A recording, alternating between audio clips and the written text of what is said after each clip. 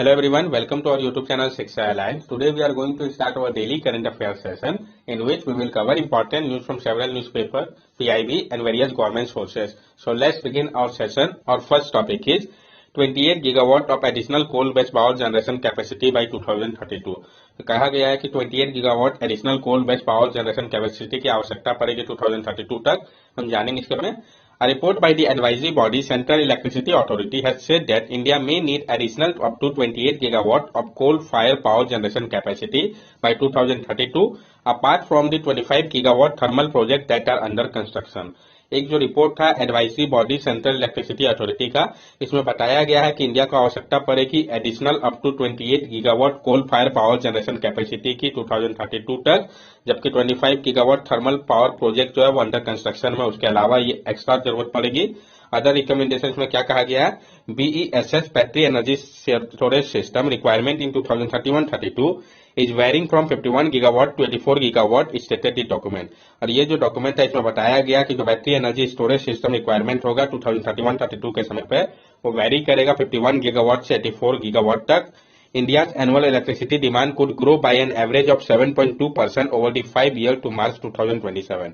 और इंडिया का जो एनुअल इलेक्ट्रिसिटी डिमांड होगा वो ग्रो करेगा एवरेज 7.2% तक ओवरेज 5 ईयर में मार्च 2027 तक. The share of coal in India's total power generation, however, is likely to fall below 60% by 2027, with India targeting the addition of 500 gigawatt in non-fossil based installed capacity by 2030. और जो share होगा कोल का भारत के total power generation पे, लेकिन वो below रहेगा 60% से 2027 तक. इंडिया का टारगेट है कि वो एडिशन करेगा 500 gigawatt non fossil based install capacity 2030 तक. The CEA has put up the draft National Electricity Plan Volume 1 Generation for feedback. और जो CEA है उन्होंने तैयार किया है ड्राफ्ट नेशनल इलेक्ट्रिसिटी प्लान को फीडबैक के लिए. As per electricity act 2003, CEA has to prepare the national electricity plan for once in 5 year. और जो इलेक्ट्रिसिटी एक्ट है 2003 का, इसके अनुसार CEA को प्रिपेयर करना पड़ता है नेशनल इलेक्ट्रिसिटी प्लान को हर एक 5 साल में एक बार. India is the third largest greenhouse gas emitter but it's per capita emission is very low. India जो है ये तीसरा largest greenhouse gas emitter है, लेकिन अगर हम इसकी पर कैपिटा एमिशन की बात करें तो वो काफी कम है. नेक्स्ट टॉपिक है हमारा प्रधानमंत्री मत्स्य संपदा योजना. PIB का न्यूज है, काफी इंपॉर्टेंट हो जाता है. पहले भी इस टॉपिक को हम लोगों ने कंसिडर कर रखा है. Recently, the second anniversary of प्रधानमंत्री मत्स्य संपदा योजना has been celebrated, launched in 2020. अभी हाल ही में सेकंड एनिवर्सरी मनाया गया है प्रधानमंत्री मत्स्य संपदा योजना का. इसको लॉन्च किया गया था 2020 पे. इसका एम क्या है, to bring about a blue revolution through a sustainable and responsible development of the fishery sector in India. इसका मकसद है कि ब्लू रिवोल्यूशन लाया जाए सस्टेनेबल और रिस्पॉन्सिबल डेवलपमेंट के माध्यम से फिशरी सेक्टर पे भारत में. मिनिस्ट्री किसके अंतर्गत ये आता है, तो fishery animal husbandry and dairying ministry के अंतर्गत ये आता है. टाइमलाइन जो है इसका वो 2020 से 2025 रखा गया है. अप्रोच की अगर हम बात करें, cluster on area based approach and many new intervention such as fishing vessel insurance, aquaculture in saline alkaline areas, Sagar Mitra, FFPOs, nucleus breeding centre etcetera. तो बहुत सारा अप्रोच है, जैसे कि आपका हो गया क्लस्टर और एरिया बेस्ड अप्रोच. बहुत सारा न्यू इंटरवेंशन है जैसे कि fishing vessel insurance, aquaculture in saline alkaline areas, Sagar Mitra, FFPOs, nucleus breeding centre etcetera. की टारगेट इसका क्या है, enhance fish production by an additional 70 lakh ton by 2024-25. इसका टारगेट है कि इनहेंस किया जाए फिश प्रोडक्शन को एडिशनल 70 लाख टन 2024 से 2025 तक. Increase fishery export earning to ₹1 lakh crore by 2024-25. Increase करना है जो फिशरी एक्सपोर्ट अर्निंग है उसको 1 लाख करोड़ तक ले जाना है 2024-25 तक. Double income of fishery and fish farmer, double करना है जो इनकम है फिशर्स और फिश फार्मर का. Reduce post harvest loss from 20 to 25% to about 10%. कम करना है जो पोस्ट हार्वेस्ट लॉस होता था पहले 20 से 25% का, उसको 10% तक कर लाना है. Generate additional 55 lakh of direct and indirect gainful employment opportunity in the fishery sector and allied activity. Generate करना है एडिशनल 55 लाख डायरेक्ट और indirect gainful employment opportunity fishery sector पे और अलाइड एक्टिविटीज के लिए. अचीवमेंट की अगर हम बात करें, fish production and export have reached an all-time high, over 74% contribution by inland fishery and 26% by marine. जो फिश प्रोडक्शन और एक्सपोर्ट है हम लोग का वो ऑल टाइम हाई पे है. 74% कंट्रीब्यूशन इनलैंड फिशरी का है, 26% मैराइन का है. स्टेटस जो है फिशरी सेक्टर का, India is the second largest fish producing country, over 7.5% of the global production in 2021. India जो है वो second largest fish producing country है, 7.5% जो ग्लोबल प्रोडक्शन है 2021 का वो भारत में किया गया था। नेक्स्ट टॉपिक है हमारा क्रिस्पर। तो जानेंगे हम क्रिस्पर के बारे में। पहले भी इस टॉपिक को हम लोगों ने कंसीडर कर रखा है। Over the last 3 years, gene editing technology with nearly unlimited potential has produced flawless results in clinical trial. India has approved a 5-year project to develop CRISPR to cure sickle cell anemia. Last 3 years में gene editing technology ने nearly unlimited potential को show किया है result को clinical trial के दौरान। India ने approve कर दिया है 5 साल के प्रोजेक्ट को ताकि डेवलप किया जा सके क्रिस्पर को क्योर करने के लिए सिकल सेल एनीमिया को। तो किस डिजीज के लिए भारत ने अप्रूव किया है, डायरेक्ट क्वेश्चन फ्रेम हो सकता है। तो क्योर करने के लिए सिकल सेल एनीमिया को जो प्रोजेक्ट है उसको 5 ईयर के लिए अप्रूव किया गया है। Genome editing also called a gene editing technology allows genetic material to be added, removed or altered at particular location in the genome. Several approaches to genome editing have been developed. जो genome editing है जिसको कि हम gene editing technology भी कहते हैं, ये अलो करता है जेनेटिक मटेरियल को ऐड करने में, रिमूव करने में या अल्टर करने पे एक पर्टिकुलर लोकेशन पे जीनोम पे। बहुत सारे अप्रोचेस जो है जीनोम एडिटिंग के इसको डेवलप किया गया है। वर्किंग की अगर हम बात करें क्रिस्पर की, it mechanism is often compare to the cut copy paste और find replace functionality in common computer program. A bad stretch in the DNA sequence, which is the cause of disease or disorder, is located, cut and removed and then replaced with a correct sequence. ये जो mechanism है उसको हम often compare कर सकते हैं cut copy paste के जैसा और फाइंड रिप्लेस के जैसा जो फंक्शन है हमारे कॉमन कंप्यूटर प्रोग्राम में।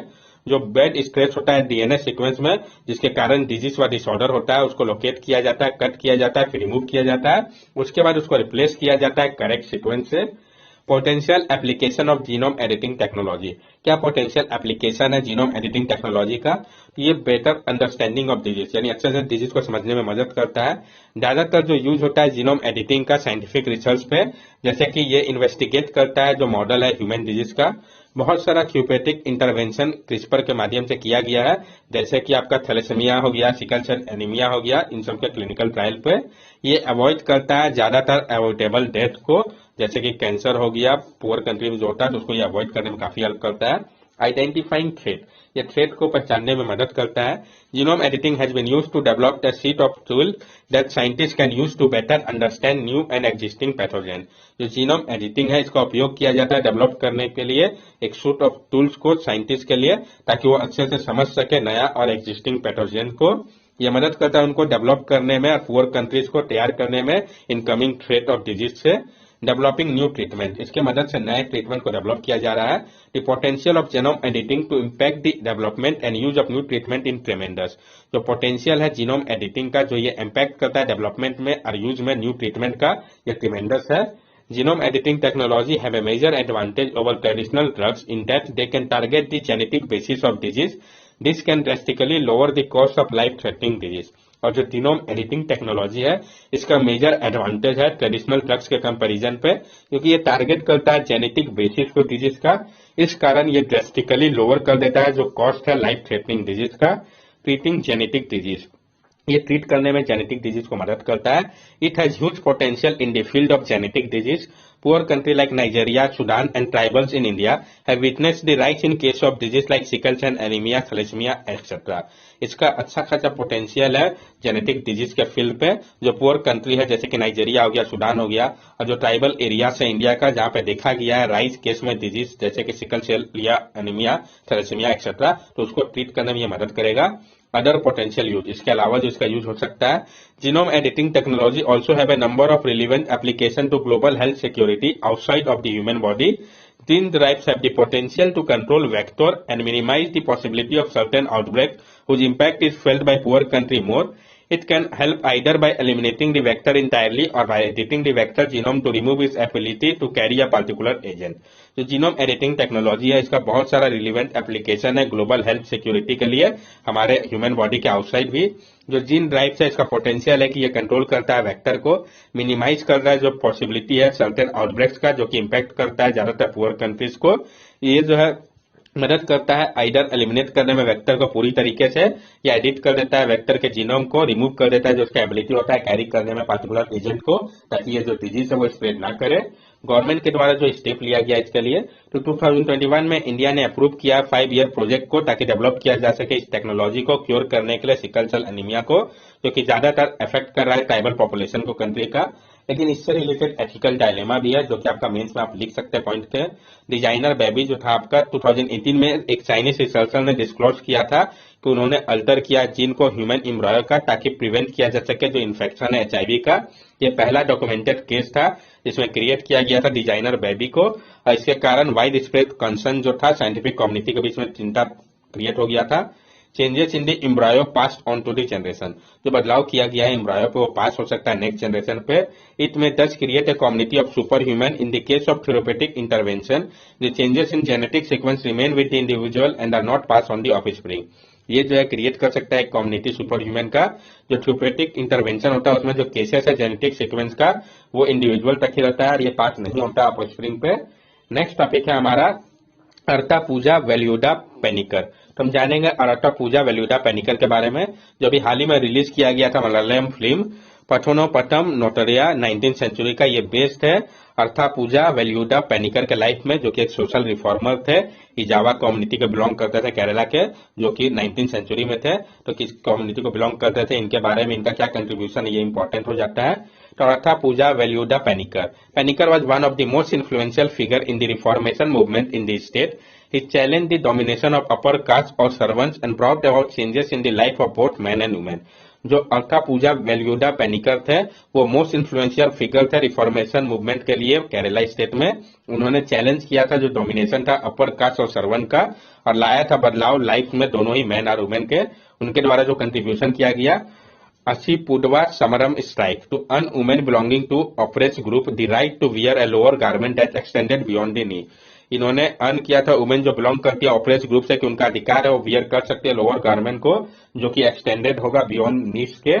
इट्टापुर समरम, ये स्ट्रगल था राइट उनका कि वो वियर कर सकती है अपर बॉडी गारमेंट को वुमेन को जो कि बिलोंग करती है बैकवर्ड कास्ट को। मुक्ति समरम, ये राइट था लोअर कास्ट वुमेन का कि वो वियर कर सकते हैं मुक्ति नोज रिंग और अदर गोल्ड के ऑर्नामेंट को। ये जो स्ट्रगल था ये प्ले किया था कि इंपॉर्टेंट रोल चैलेंज करने में सोशल ऑर्डर को, और इसने रेज किया था डिग्निटी को वुमेन का जो बिलोंग करती थी लोअर स्ट्रेटा ऑफ सोसाइटी को पब्लिक लाइफ में। जो अदर कंट्रीब्यूशन था इनका, ये also establish the first Kathakali Yogam, इन्होंने स्टैब्लिश किया था पहला कथकली योगम को। किसने स्टैब्लिश किया था इंपॉर्टेंट हो जाता है, जो कि एरिया बेस्ड स्कूल था क्लासिकल डांस के लिए, कथकली के लिए, इजावा कम्युनिटी के लिए 1861 में, जिससे कि कथकली परफॉर्मेंस जो था इजावास के लिए भी और अदर बैकवर्ड कम्युनिटीज के लिए भी चालू किया गया। He was given the title of Panicker by the then king of Travancore in 1869, और उनको टाइटल दिया गया पेनिकर का उस समय के किंग के द्वारा ट्रवनकोर के 1869 पे। 2005 में केरला गवर्नमेंट ने इनॉग्रेट किया था Arattupuzha Velayudha Panicker research foundation and cultural centre को त्रिवनंतपुरम पे। Who are the other social reformer in the film, और कौन अदर सोशल रिफॉर्मर थे इस फिल्म पे। तो नानगेली जो कि एक इजवावा वुमेन थी जिनका लाइफ जो था 19th सेंचुरी पे अला पूजा पे, उसके बारे में दिखाया गया है। उन्होंने सपोजली कट कर दिया था अपने ब्रेस्ट को प्रोटेस्ट करने के लिए, जो ब्रेस्ट टैक्स इम्पोज किया जाता था किंगडम में ट्रवनकोर के, जो इमोन बिलोंग करती थी लोअर कास्ट के लिए, उसके प्रोटेस्ट में उन्होंने अपना ब्रेस्ट को कट कर दिया था, तो उसको भी दर्शाया गया इस फिल्म पे। नेक्स्ट टॉपिक है हमारा NCRB release prison statistics in India report 2021। तो prison statistics in India report जो है इसको रिलीज किया जाता है नेशनल क्राइम रिकॉर्ड ब्यूरो के द्वारा। पहले भी अभी कुछ दिन पहले डिस्कस किया हम लोगों ने इसको, जो कुछ बचे हुए फाइंडिंग्स है उसको हम बता देते हैं। ओवर क्राउड प्रिजन की अगर हम बात करें तो 130% ऑक्यूपेंसी है। अंडर ट्रायल केसेस की अगर हम बात करें तो 77% है। SC ST OBC जो है तो 67% इनमेट जो है वो बिलोंग करता है इसी कम्युनिटी को। हाईएस्ट नंबर है अंडर ट्रायल का आपका उत्तर प्रदेश, फिर बिहार, फिर महाराष्ट्र। ट्रांसजेंडर की अगर हम बात करें तो ज्यादातर प्रिजन है उसमें सेपरेट फैसिलिटी नहीं है, जिसमें कि दिल्ली भी आता है ट्रांसजेंडर के लिए। Election commission delist party, election commission ने डिलिस्ट किया है पार्टी को, तो हम जानेंगे इसके बारे में कि हाईलाइट क्या है। इलेक्शन कमीशन ने ऑर्डर किया है कि डिलिस्ट किया जाए 86 रजिस्टर्ड अनरिकॉग्नाइज्ड पॉलिटिकल पार्टी को, जो कि पाए गए हैं नॉन एग्जिस्टेंट के तौर पे, और डिक्लेयर किया गया है 253 को इनएक्टिव के तौर पे। नॉन एग्जिस्टेंस क्या होता है, जो पार्टी जो कि डिलीट किया गया है लिस्ट से रजिस्टर्ड पार्टी के, जो कि नॉन एग्जिस्ट कर रहा है फिजिकल टेक करने के बाद रेस्पेक्टिव सीईओ के द्वारा, ये बेस से एक रिपोर्ट के ऊपर अनडिलीवर लेटर नोटिस के द्वारा इलेक्शन कमीशन के। Election symbol reservation and allotment order 1968 क्या कहता है? जो पार्टी है उनको डिक्लेयर करना जाता है इनएक्टिव अगर वो एलिजिबल नहीं है बेनिफिट लेने के लिए इलेक्शन सिंबल का, ऑर्डर 1968 का, जो कि अलाउ करता है पार्टी को कोई अप्लाई करे कॉमन सिंबल कैंडिडेट के लिए अपने। रजिस्टर अनरिकॉग्नाइज्ड पॉलिटिकल पार्टी कौन होते हैं? तो आइडर न्यूली रजिस्टर्ड पार्टी व वैसे जिन्होंने सिक्योर नहीं किया हो इनफ परसेंटेज वोट को असेंबली पे व जनरल इलेक्शन पे स्टेट पार्टी बनने के लिए, या वैसे जिन्होंने नहीं कॉन्टेस्ट किया इलेक्शन को जब से वह रजिस्टर हुए हैं वह कंसीडर किया गया उनको अनरिकॉग्नाइज्ड पार्टी के तौर पे। जो आपका आरयूपीपी है वो नहीं एंजॉय करते सारे बेनिफिट को जो कि दिया जाता है रिकॉग्नाइज पार्टी को, ये सारे बेनिफिट उनको नहीं मिलता है।